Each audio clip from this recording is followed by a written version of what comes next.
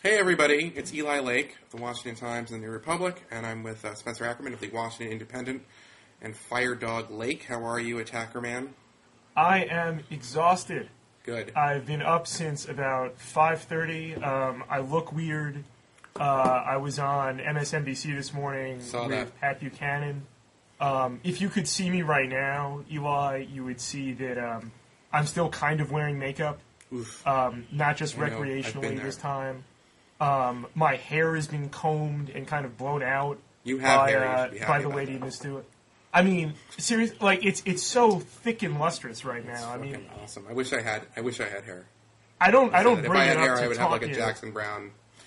I think you would. It would be feathered. Totally. I play acoustic guitar. Right now, I sort of think I feel like how Al Sharpton must feel like when he looks in the mirror, just like, how does this get so thick? Yeah, by the way, like, I might have been on the opposite side in some of the points you were making, but you kind of owned Pat Buchanan there, dude. Well, thank you. I mean, and I don't like Pat Buchanan that much, like he's wanted to own other people in the past, I'm sure. Yes, okay. Okay. Well, so what are we talking about? We're talking about Yemen, Nigeria, coming together to attack us on Christmas.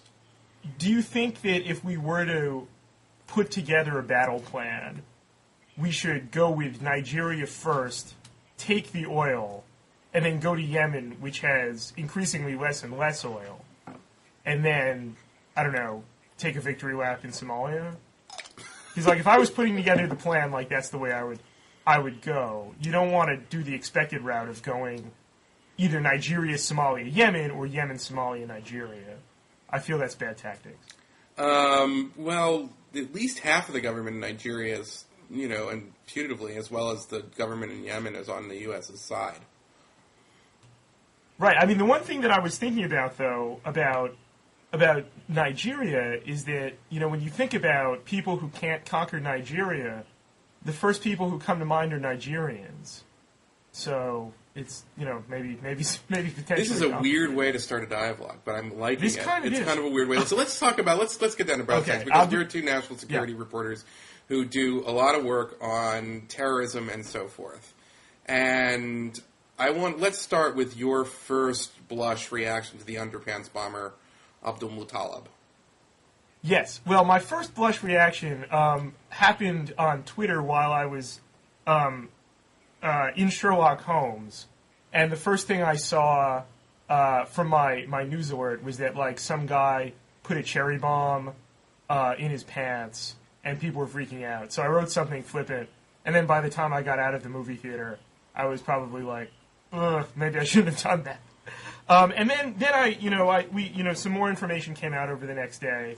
And, we had a little tweet discussion. We had a Twitter discussion, too. Which I think was epic. I think it was a proud moment, not just in our history, but in the history of Twitter. I agree. By the way, in case the Blogging Heads viewers are wondering, I'm off nicotine gum, and now I'm just on Trident. I'm holding up a Trident thing. So there you go. You hold up Neptune's Trident. Now I'm strictly Trident, people. Okay, but move. Okay, so you said, and this is, I think, very interesting, because I actually picked this up from a former counterterrorism official as well, that there is a view out there in the community that this guy was clearly an amateur, and is this the best Al-Qaeda can do? Can you elaborate? Do you still think that, and can you elaborate on that?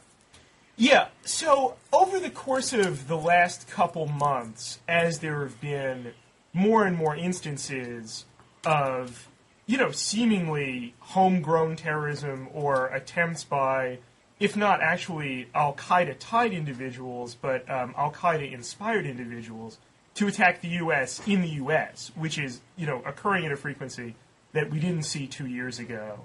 I wanted to kind of go back to a piece I wrote in 2005 for the New Republic about the seeming non-radicalization of American Muslims, and see whether that thesis required some revision, whether new data was coming to light that showed that. And so I wrote a piece for the Washington Independent about that. And in the course of reporting it, I had a fairly long colloquy with a long-standing source of mine from pretty deep in the counterterrorism community for a very long time, who made the point that it's one thing to look at the frequency of how these seeming attacks were coming to light, but if it was another thing to look at this kind of convergence of two different vectors. One was the people who were perpetrating them were just not successful. We weren't seeing like we saw on 9/11. We weren't seeing like we saw, Bali or London or Madrid or the attack on the UN in Iraq, Mumbai, other examples of like major mass casualty terrorism, Al-Qaeda's typical modus operandi of using multiple agents, building redundancy into the plot, attacking with simultaneity so that if something goes wrong, something big still blows up and a lot of people die, and it's a big media-ready spectacle. Instead, we were seeing smaller scale incidents with individuals who were rather rapidly rounded up. And the exception here, depending on how you classify this, and I'm not honestly sure how I would classify this, I think we need more data, is Hassan Malik, the Fort Hood shooter. It's still Nidal Hassan Malik, sorry. We still don't have all the information about him as a self-starter, which he appears to be. But basically, he's the guy who gets away with it and actually kills people. And even him, in his case, he killed, I believe, if I'm not mistaken, 14 people, horrifically, and it's murder and it's disgusting. But nevertheless, it's not mass casualty terrorism. And, we were seeing these people, as these incidents were coming to light, reflect the kind of diminished capability on the part of Al-Qaeda. This source of mine asserted, and I found it somewhat credible. And then the second vector that was coming to light, and is very related with, the arrest of Najib al-Azazi, the Chicago guy who was tied to Mumbai, right. The guys in Minnesota who were tied to Al-Shabaab in Somalia, was that law enforcement and intelligence capabilities over the course of the last several years have just gotten a lot better. So you were starting to see, to borrow a way that General McChrystal likes to use of talking about counterinsurgency in Afghanistan, the bad guys' capabilities go down as our capabilities go up, and eventually there's kind of a convergence of the trend lines, and the proof of that is that there aren't mass casualty terrorism incidents at a time where there are seemingly a greater degree of mass casualty terrorism attempts. And I think that's really a success, and we shouldn't, undersell that.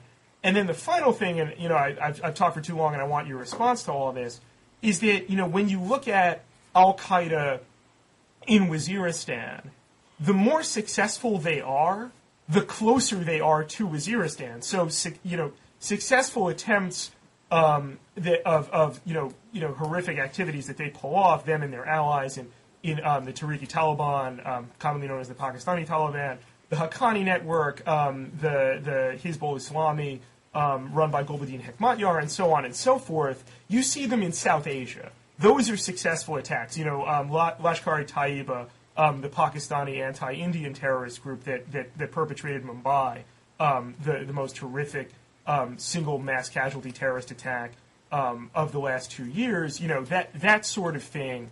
The more capable it is, the more successful it is, the closer it tends to be to the Pakistani tribal areas, and particularly in that North Waziristan tribal area, and the more they emanate out from that area, and particularly by the time they get into the United States, from Yemen, from Somalia, and so on and so forth, the less successful they tend to be. So that's kind of where I see this trend appearing right now as this kind of snapshot in time, and Omar Farouk Abdulmutallab, the failed bomber of Northwest Airlines Flight 253, seems to fit into that pattern. And perhaps you disagree.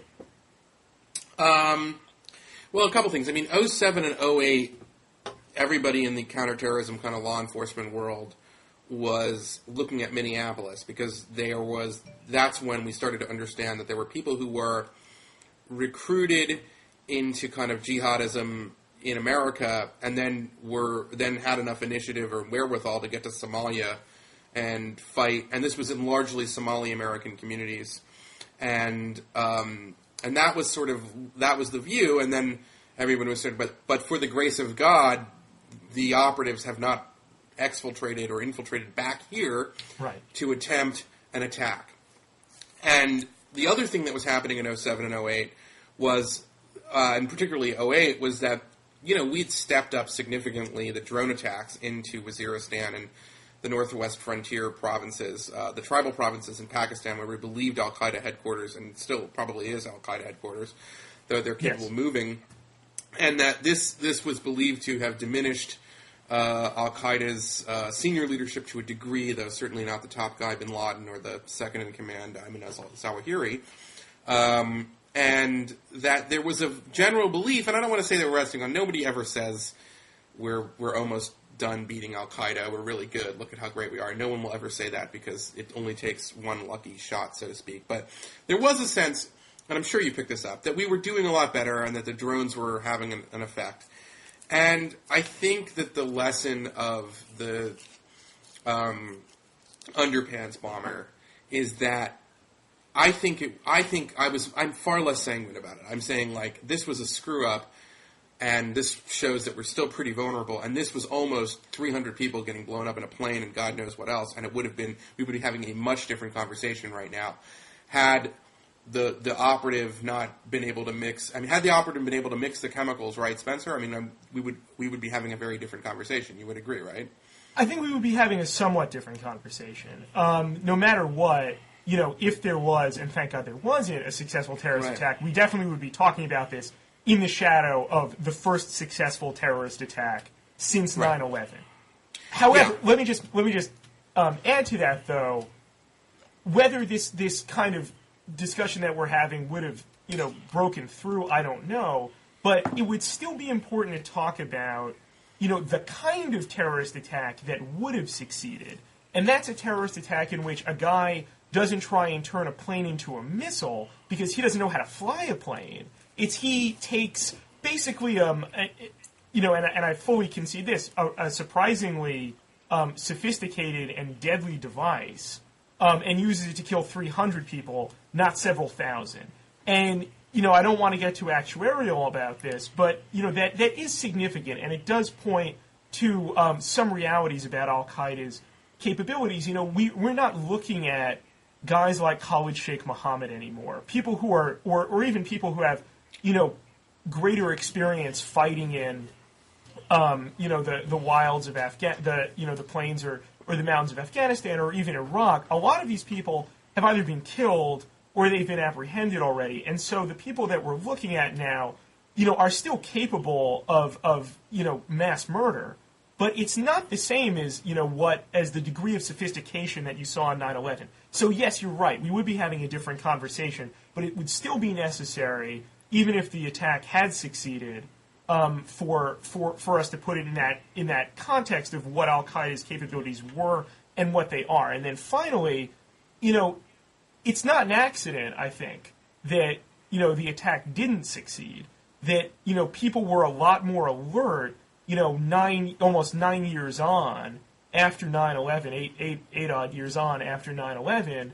So that, like, I think, still, I'll speak for myself. When I fly, I still have, in my head, sometimes, like, and maybe this is, a consequence of what we do for a living, a little bit of a residual fear and, a kind of alertness about, what could happen and, what would you do in this situation. I have like an Ambien and a Johnny Walker Black. I'm just kidding. But no. I gotta tell you, like 300, maybe more. A military grade explosive. I'm saying I applaud the reaction from you and many others. Like, let's not get hysterical. Let's not make policy decisions or political decisions based on fear. But what I think that the real lesson here is, if I can kind of put it in stark terms, is that despite the fact that we've done drone attacks in Yemen and have these black operations in Yemen, and we are aware that al-Qaeda is trying to reestablish an affiliate and a hub there and a Shura council there, despite the fact that we've been involved in counterterrorism operations there, they are still able to find a loner, not-so-bright recruit, give him pretty sophisticated explosives sewn into the crotch of his pants, and he's able to get on an airplane that to me says, had things broken a little bit differently, that, all of this stuff that I think have been largely applauded by a lot of people in the intelligence community, the counterterrorism approach, certainly the conservative side likes that at times. Well, it's not enough. And you had a point, I think it was, I can't tell if it was a Twitter or a blog, but you had a point, and I would endorse that point, which is that if the argument is that it's not enough for Afghanistan to just do drones and counterterrorism, then that would also apply to Yemen. Except in the case of Yemen, to make it more complicated, because I don't have a clear kind of ideological point here, but it's a four-way civil war going on right now. You got the Houthis, the government is not terrific, Al-Qaeda is there, the Saudis are playing. I mean, it's like you really want that's another issue. And so it's not like, and so therefore, because counterterrorism alone is not going to get it done in Al-Qaeda, they're still able to pull something off, or almost pull something off, despite those things that we're doing. That doesn't necessarily mean, therefore, we should go in and referee a four-part civil war, right? I agree. And what I would... It's like, I'm not, I don't have an answer there. I'm just raising these questions. And I think it's the right question to raise. What I would say is that, very frustrating to me as someone, who's trying to, find out, what that right approach to Yemen is. Have you found anyone in Washington who's an actual, legitimately knowledgeable Yemen expert? Because I have not. And, I'd like to, point out to our readers and our viewers here that, inevitably, over the next couple weeks, you are going to see people, in journalism, in the think tank world, pass themselves off as deeply knowledgeable about a country that they, probably didn't, know how to pronounce the capital's name of, a couple weeks ago. And, it's a real problem, and I don't have a solution for it either. What I would... Barbara Bodine was the former ambassador there. We think we both. Yeah. Oh, okay. All right, I'll call Barbara. And there's a senator from Connecticut named Lieberman. That's another blog joke. I was on the opposite side of that one. I'm on Lieberman's side. Well played. Okay, but no. Listen. I agree with you that there's going to be a ton of people who are going to claim to be experts on Yemen, and that's an issue. But people in the counterterrorism, my colleague Sarah Carter, for example, has written extensively on how Al-Qaeda is establishing a hub in Yemen. AKA the Carter 4. There, wow, that's pretty good. Yeah. I like S. Carter because it's like Sean Carter. Anyway. Okay, all right. Or the Carter. Okay. That's good. Anyway, but Sarah Carter has written about that for the Washington. And I wrote a year and a half ago, or right at the very end of the New York Sun, I did a big story on how a lot of the ex-Al-Qaeda in Iraq guys who were being driven out of Anbar were also going to Yemen, sort of where there was a new hub being established there. So I think there have been journalists in our world, in the terrorism, national security world. Yemen's been on our radar.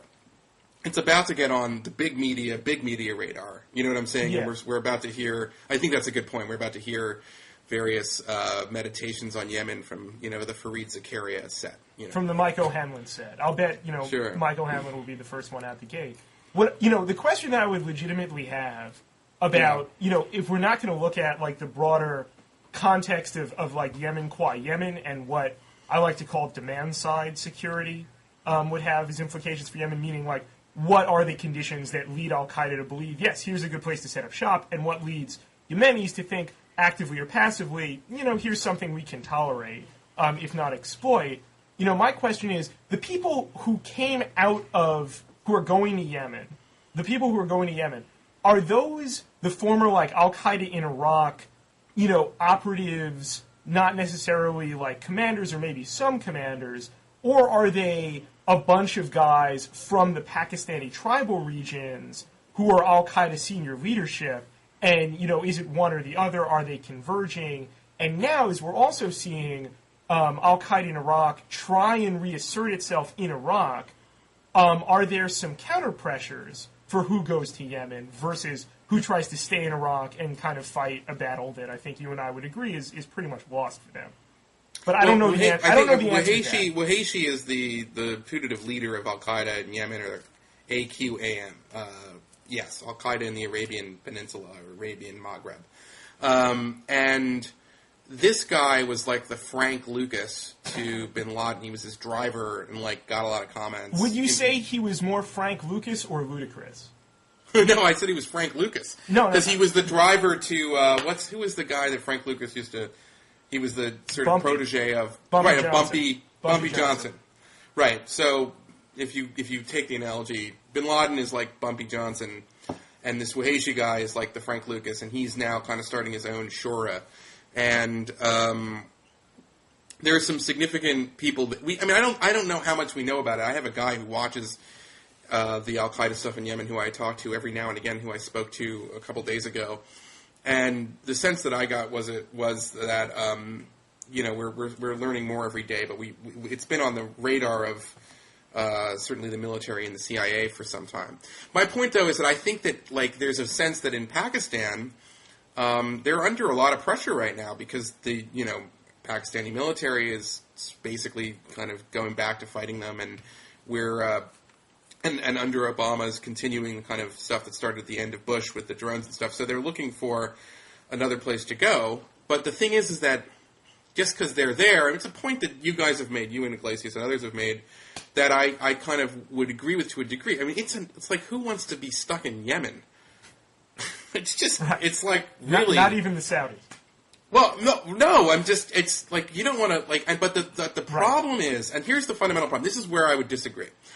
Is that my end point in all of this is that what you need are capable local, provincial, and federal governments in the Middle East and Africa in particular, and Southwest Asia that are able to provide the kind of security to make sure that these things are sort of are nipped in the bud, so to speak. I would not. You know what I'm saying? That's like the end state. That's why this is a concept that I've been trying to flesh out and develop on my blog, called demand side security, which is to say, basically, it's not sufficient to look at who these particular bad guy actors are, these particular groups. Whether it's Al Qaeda, whether it's Hamas, whether it's Hezbollah, whether it's TTP, whether it's Lashkar-e-Taiba, et cetera. What's important to look at is why there's, for lack of a better term, a demand for them. Whether they can exploit, poor governance, whether they can exploit a lack of, legitimate governance, whether they can exploit a lack of security, and then you address those issues. I think, one of the great successes of counterinsurgency theory over the last couple of years is that it's made the world and it's made the conservative movement safe for what used to be called root cause theories. Yeah, to a degree. The only thing I would say is that then, short of a full military invasion of Yemen, which I don't support, and I don't think that's what Lieberman was saying either, but there is a presence in Yemen, which we just started talking about because the New York Times had a pretty good article yesterday on it, and we should. I just sometimes feel that sometimes when the public talks about national security after an event like this, it's like we all discover that we've been doing stuff for a while, and there is a significant presence in Yemen. Like we work with the government, we created their Coast Guard, we've got guys on the ground, we are involved in the drone strikes, we are their capability to kind of do this stuff, and the world has a rather great interest in the port at Aden and has for hundreds of years. This isn't a place unfamiliar to the outside world. My point is that there is going to be a U.S. presence there, and I understand the arguments for discretion being the better part of diplomacy in the sense that it's harder for the Yemeni government to do what we want them to do if it makes it seem like they're just doing it for us, in terms of their own internal legitimacy. I understand that. But then there's also this question of I don't want to end up with the U.S.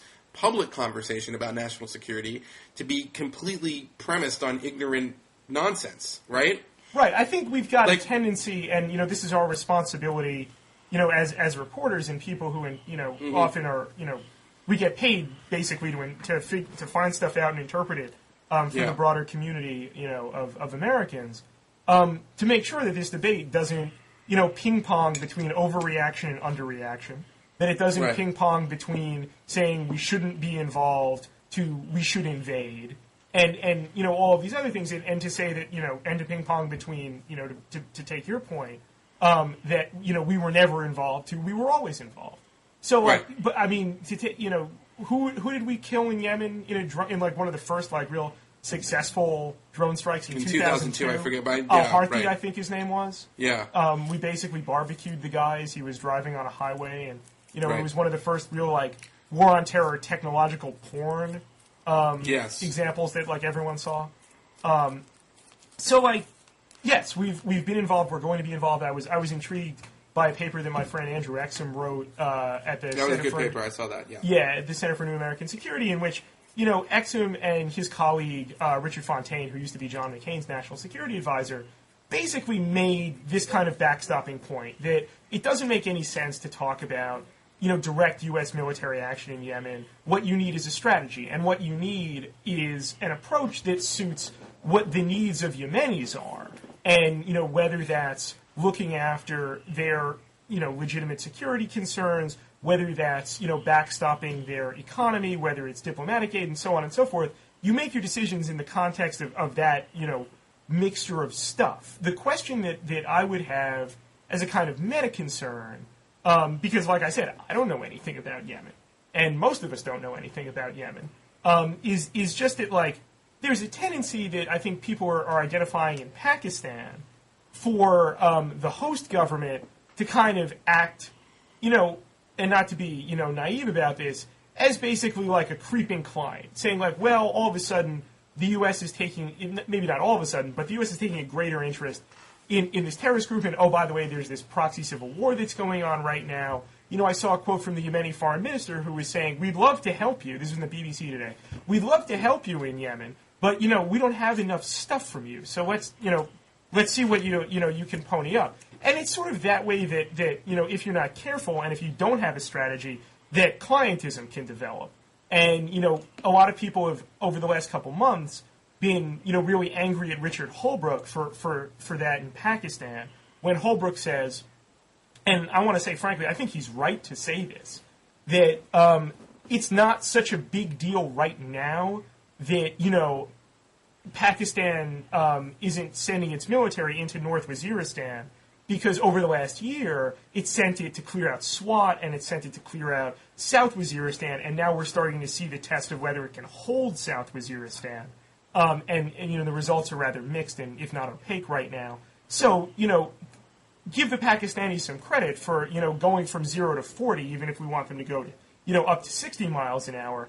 Whereas the Pakistanis are saying, like, we want a much deeper relationship with the United States, except we hate you, and we want, all your money, except when you try and give us, the $7.5 billion over the course of the next 5 years, we're going to say it's an imperialist takeover of our legitimate security interests. So all I'm saying is like this stuff, if left to spiral out of control, can develop a kind of clientism that we don't want it to, but at the same time, it's unrealistic for Americans to look at, this or that place on the globe where we all of a sudden have a security interest and say, you guys have to do everything the way we want it, when we want it. Like, what's that line that Don Draper has to Pete Campbell in the first episode of Mad Men? Life must seem like such a big brassiere strap to you right now, waiting to be snapped. Right. I take a policy that the U.S. ought to have these countries take off their brassieres. And I would just say, because my recent trip to Iraq, let's talk about that. We don't have to talk about Iraq really great, but I'd say that this is a point that has sort of impressed upon me my latest trip to Iraq, and I'm starting to become more impressed. It's just that you don't want the U.S. to be in a position where it is kind of the arbiter of internecine disputes in that country that there are no good answers to. Do you know what I'm saying? Like, you don't want Kirkuk to be the U.S. Like, you don't want the U.S. I mean, and the more I think about it, I don't oppose the decision to go to Saddam Hussein, but the decision to become the coalition provisional authority and to make Iraq the 51st state, to use, I think, Tom Ricks's or was that Fallows or Ricks who came up with that? That was Fallows in the Atlantic. That was Fallows. Okay, there you go. So use the Fallows. That was a huge, enormous mistake, because it's not for us to determine what. I could make the argument either way in Kirkuk, and it shouldn't be for a U.S. diplomat to decide that. And what you want is a sort of civil, non-violent, non-civil war process to determine these questions. And Yemen is like the whole country's Kirkuk. You know what I mean? Like, The whole country is I won't pretend to actually know that, but I take your point. No, but I'm just saying it's like there's a huge, like, you go back a little bit, and there's there's been basically a civil war in that country since the 70s, since modern Arab nationalism. And you can argue that it would extended Saudi Arabia. So it's like you don't want to have the U.S. being in the position of just being the arbiter of these kinds of disputes, because it's a no-win situation for us, and we don't want to be in that position. At the same time, you need to have the U.S. in the position of building competent, transparent, effective institutions to combat terrorism at a local level. I mean, this is what I think we would all agree. Neocon, progressive, whoever, right? Yes, we want competent governance, we want just security, and we want an opportunity for people to not just express their political desires, but have their political expression be meaningful in a sense of both justice and prosperity, in addition to security. Right. I think, like, if there's one slogan, from my past that, that really does hold up the more that you think about it in an international relations context, it's no justice, no peace. And I would think that's from the Rodney King riots. And I think that's a really important way to segue into Iran, where we're seeing... Let's talk to Iran, yeah. I believe, and I don't, know how long it will take, but I can think of not a single convincing explanation for how, even if the Iranian government ends up, using its security apparatus to maintain itself in power, that it has any legitimacy inside Iran anymore. Do you see this New York Times piece reporting that, on Ashura, the extremely holy Shiite holiday, people out in the streets of Tehran were describing Ayatollah Khamenei as Yazid, the man who martyred Hussein. Right. I mean, that's a death myth. That's the bells tolling for thee. Well, I agree. I mean, I would say a couple of things about that. First of all, there, as we both know, tons of people, particularly in North Tehran, who just, I think, view their Shiism the way we may view our Judaism. They're totally modern at this point. And they don't. It's not as important to them. I'm not to say Judaism is important to me. I don't want to say that, but it's a completely.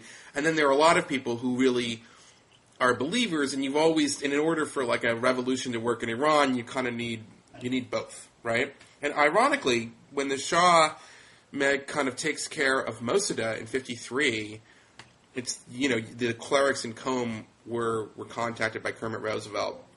And they went along with it. So you kind of need, and in a weird way, you might be getting, with the death of Montazeri and, more and more tumult among the clerics, I would say a factor in this, though a sort of distant factor, is that Sistani clearly does not believe in the Vilayat al-Faqih the way that Khomeini and Khamenei do. Why don't you explain what that is for people? Vilayat al-Faqih is the guardianship of the jurisprudence, and it is the view that the clerisy in Shiism should have a political governing role, or at least to guard the parliament or the political leadership from deviating too much from Islam.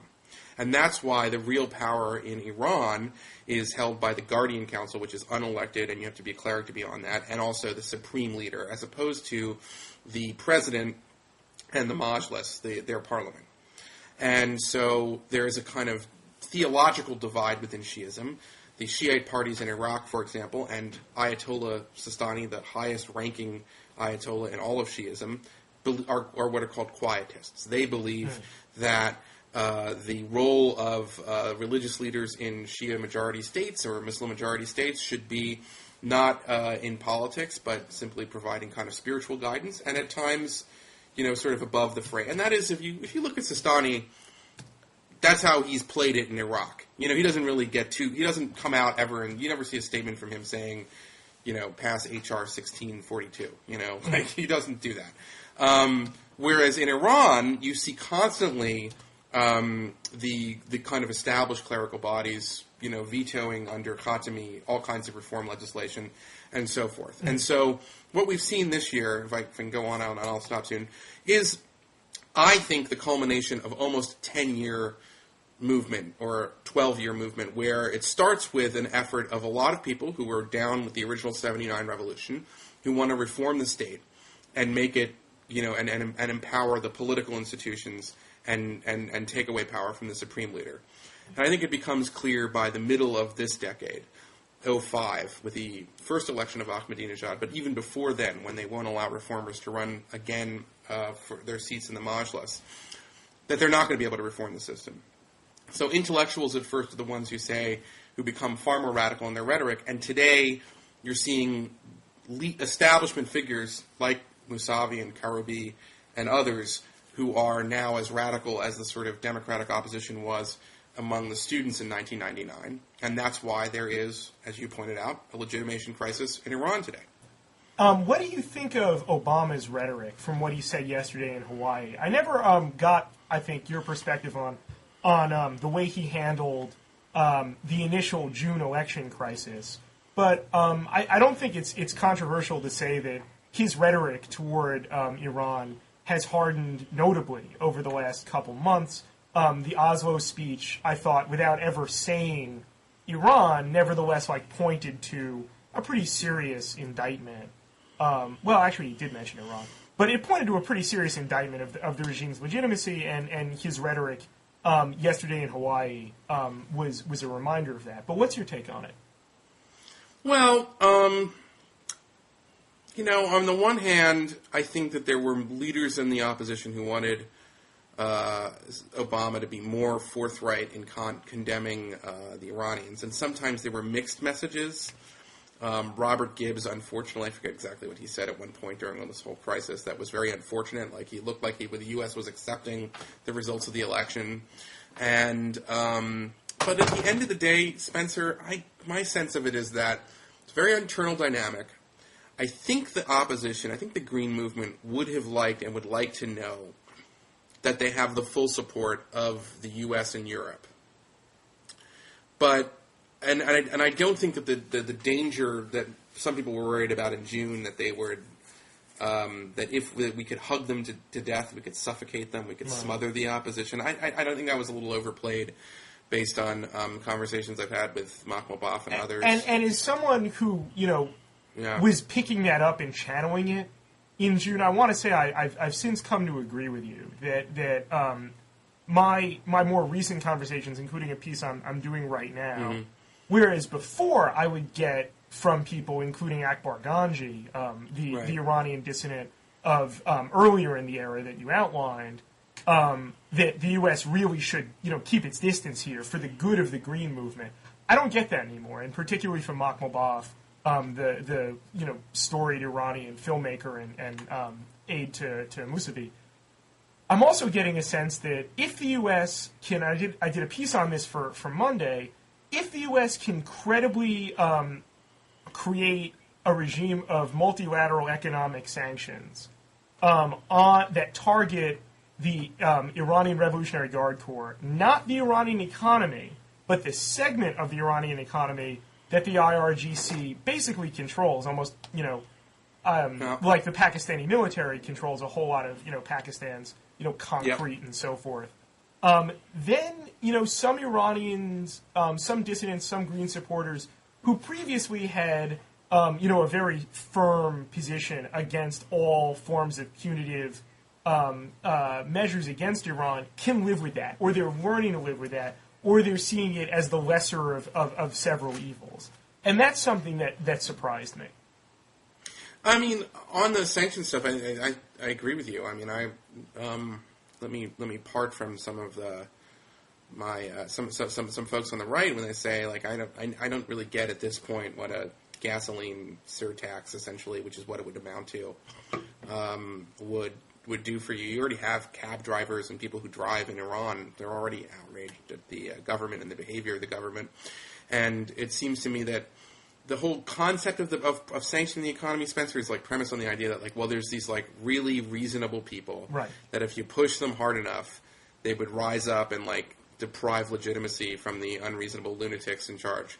To which I'm saying, well, I think that the lunatics took over, and what I'm concerned is that they will use mass terror in Iran, and we could be seeing the beginning of the purges right now, which is that this story doesn't necessarily end the fall of the Berlin Wall. This could be a different, we could be in the early 30s. You know what I'm saying? It's like, this is a different, I don't know where we are. Right. But I think that the people who have, the IRGC over the summer took unprecedented steps to basically control the entire country. And, you couldn't get a more brutal bunch than these guys.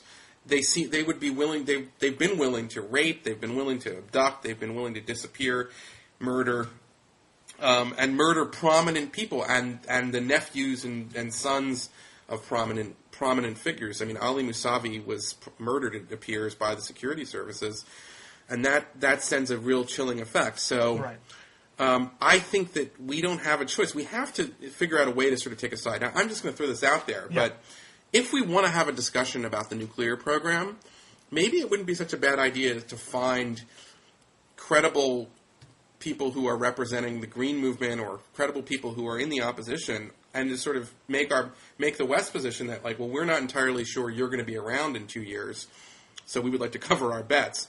And that could be a very sly way of depriving some of the international legitimacy that clearly the regime is asking for right now. Because my concern is that I'd like to figure out whatever it is that we can do to try to tip the balance from the outside for the Green movement as it's coming to this kind of critical moment. It's very much in our interest, and I would say that the demonstrators on the streets are more valuable than the most highly trained Navy SEALs in counterterrorism. Because if you get rid of this regime and you can make Iran a credible ally against terrorism, which I think is possible if this new government were to take over. I'm not among those who believe that their foreign policy would be exactly the same as the current government's foreign policy. Then I can't tell you how good that would be for the world and U.S. interest. You would agree, right? I would agree with that. I don't want to make any predictions about the ultimate outcome of a revolution that hasn't, coalesced yet and certainly hasn't succeeded yet. We don't know what factions will emerge. You mentioned a fairly good breakdown of the factions in Iran. We don't know if it'll, end up that right now, the more kind of reformist elements of the current regime, the Rafsanjanis and so forth, will end up being the vanguard of the new one. I have no idea. But, it strikes me as impossible to entertain that, after the Green movement ultimately succeeds, we'll see basically the IRGC rename itself and survive and play, a similar outsized role in Iranian foreign policy. By the way, that doesn't mean that a new Green government in Iran would, take steps immediately to recognize Israel. That's not. But it also means that I don't think that you would have a government that would be as interested in fomenting instability and terrorism throughout the region. I just think that they would be interested internally. They also would. The other thing on the nuclear question. Yeah, any new regime is going to need to take steps primarily in its infancy to consolidate its rule. So it seems just like as an axiom of international relations that any post-Islamic republic, Iran, is going to be more inwardly focused than it is, outwardly focused. And I would imagine that would have implications for, for Palestine, Israel, for Lebanon, and, Well, I hope Dennis Ross and Dennis McDonough and President Obama and Joe Biden and all the people who are making these important decisions, I just don't.